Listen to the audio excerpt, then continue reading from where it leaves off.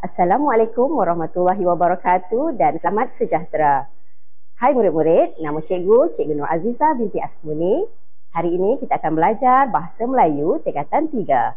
Tema yang diberi ialah Sejarah dan Warisan.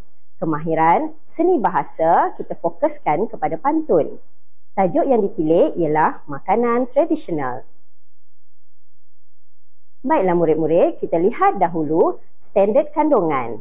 4.3 menghasilkan karya fiksyen dan puisi secara terancang. Standard pembelajaran 4.3.2 menghasilkan puisi berdasarkan bahan rangsangan yang sesuai, menggunakan bahasa yang indah dan menarik.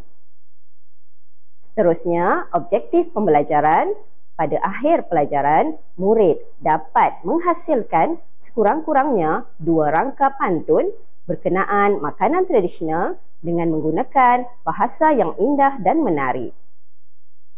Baiklah murid-murid, sebelum kita menghasilkan pantun, kita lihat dahulu jenis-jenis puisi tradisional Melayu.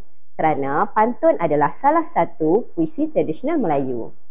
Baiklah, kita lihat ada 4 puisi tradisional Melayu, iaitu seloka, gurindam, pantun dan syair. Baiklah, yang pertama, seloka. Seloka merupakan pepatah, bidalan atau perumpamaan yang mengandungi unsur jenaka, gurau senda dan sindiran yang memberi pengajaran dan teladan kepada pembaca. Seloka berbentuk bebas dari segi rangkap, baris dan rima. Seterusnya, gurindam. Gurindam merupakan sejenis bentuk puisi lama yang terdiri daripada 2 baris serangkap yang berisi nasihat atau sindiran. Seterusnya, syair. Syair ialah puisi Melayu lama yang ditulis secara berangkap. Setiap rangkapnya mempunyai 4 baris ayat yang membawa makna, isi atau maksud.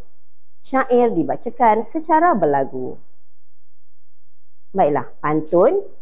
Pantun ialah puisi lama yang biasanya terdiri daripada 2 atau 4 baris serangkap. Pantun dicipta untuk menyampaikan buah fikiran tentang sesuatu perkara dan perasaan seperti gembira, sedih, rindu, marah dan sebagainya.